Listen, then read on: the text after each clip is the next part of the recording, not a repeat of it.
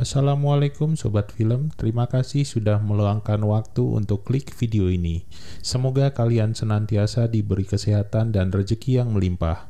Oke, sekarang kita akan bertualang bersama sebuah film seru yang berjudul Desert Dragon. Film ini mengisahkan tentang seorang pria yang tidak sadar bahwa dirinya adalah titisan dewa langit pembasmi siluman, yang semuanya terungkap ketika dirinya terpaksa berhadapan dengan sosok siluman pohon yang berambisi menghancurkan dunia. So, tanpa harus berlama-lama lagi, langsung aja kita mulai filmnya. Pada suatu hari dikisahkan ada seorang jenderal bersama dengan pasukannya sedang berburu harta karun di tengah padang pasir. Tibalah seorang anak buahnya yang melapor bahwa harta yang mereka cari sudah ditemukan. Namun pada saat mereka masuk ke tempat penyimpanan harta, si peramal mendapatkan firasat yang buruk. Ia pun mengatakan bahwa mutiara yang berada di mulut patung naga emas merupakan segel agar iblis jahat tidak masuk ke dunia manusia. Sang jenderal yang serakah pun mengatakan bahwa ia tidak peduli dan tetap mengambil mutiara naga tersebut untuk dirinya. Saat mutiara terlepas dari mulut patung naga emas, sesuatu yang buruk pun terjadi. Di saat yang sama, Guru Cito yang merupakan seorang pembasmi siluman merasakan hawa keberadaan siluman yang sangat kuat. Tak perlu menunggu lama, dirinya dan beberapa murid andalannya pun bergegas untuk pembasmi siluman tersebut. Pertarungan sengit pun terjadi. Guru Cito dan murid-muridnya pun kewalahan menghadapi zombie pasukan yang dikendalikan oleh siluman pohon. Lalu datanglah dua murid andalan Guru Cito, yaitu Mei Mei dan Fang Li, yang bahu-membahu melawan pasukan siluman pohon. Di tengah pertarungan, zombie sang jenderal dibangkitkan oleh siluman pohon.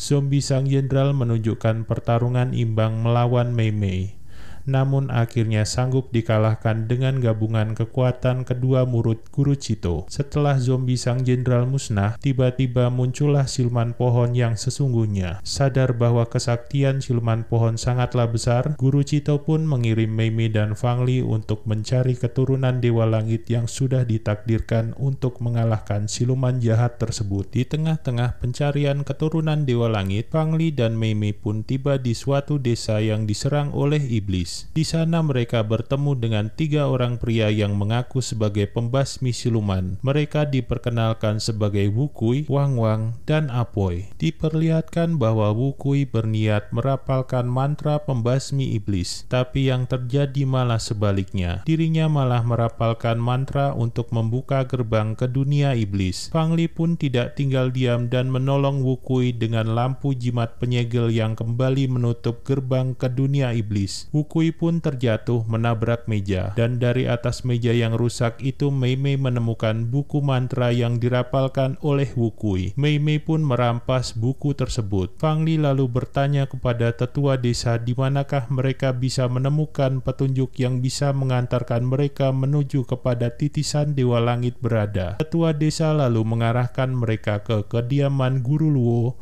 yang merupakan orang berpengaruh di desa tersebut. Wu Kui yang tidak terima buku mantranya dirampas oleh Mei Mei, diam-diam membuntuti Mei Mei ke kediaman Guru Luo. Sesampainya di kediaman Guru Luo, Wu Kui pun berulah. Mereka bertiga lalu menjebol tembok pagar kediaman Guru Luo dan berpura-pura sebagai pengemis agar diterima bermalam oleh Guru Luo. Malam harinya, Wu Kui beserta kedua rekannya melakukan aksi pencurian. Di tengah aksinya diperlihatkan adegan Apoy tanpa sadar masuk ke ruang mayat. Alangkah terkejutnya Apoy melihat mayat yang membuka matanya tiba-tiba.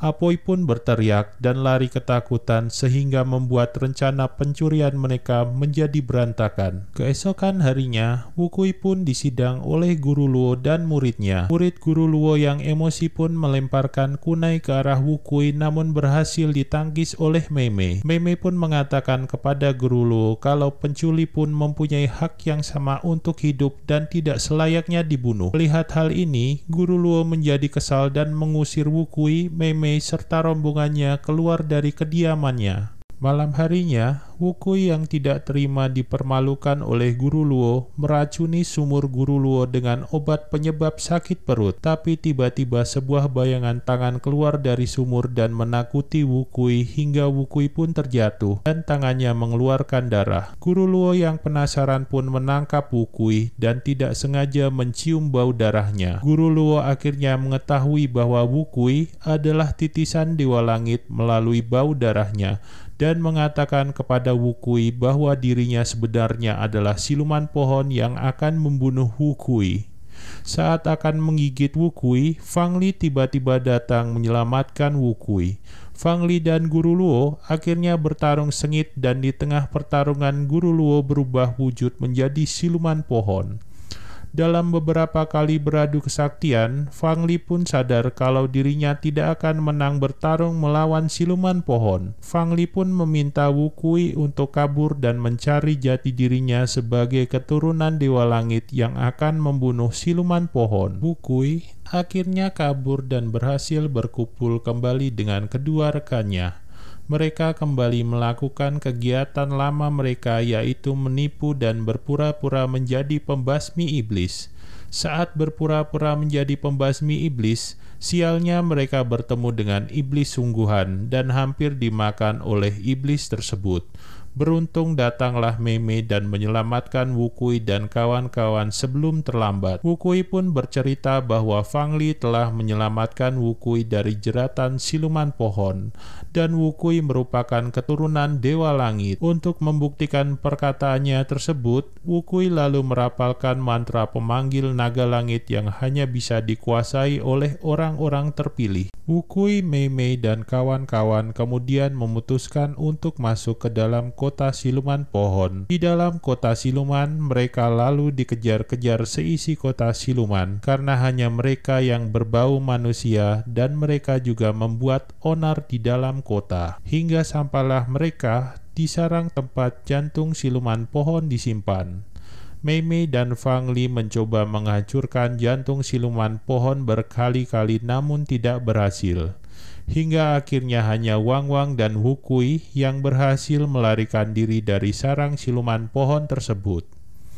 Setelah mereka berdua keluar, diceritakan bahwa Wang Wang ternyata adalah setengah siluman yang diselamatkan oleh Wukui pada saat masih kecil. Terlalu sayangnya Wang Wang terhadap Wukui hingga Wang Wang mencegah Wukui untuk kembali menyelamatkan Mei Mei dan kawan-kawan. Kemudian Wukui yang rasa setia kawannya sangat tinggi tetap kembali ke sarang siluman pohon tersebut untuk menyelamatkan kawan-kawannya. Wukui pun melempar bom ke arah jantung siluman pohon. Akibat pantulan bom yang salah, dirinya pun terjatuh akibat getaran dari bom tersebut. Siluman pohon lalu memanfaatkan kesempatan ini untuk menyerang Wukui. Apoy yang melihat Wukui akan diserang siluman pohon, kemudian mengorbankan dirinya sendiri agar Wukui tidak terluka. Sambil tersenyum, Apoy pun mati dengan meledakkan diri dengan jantung siluman pohon. Dirinya sangatlah bangga menyelamatkan kawan yang disayanginya. Keesokan harinya, Wukui melihat tanda naga terbang di langit. Wukui lalu mengikuti arah naga terbang tersebut pergi. Alangkah terkejutnya Wukui melihat siluman pohon masih hidup.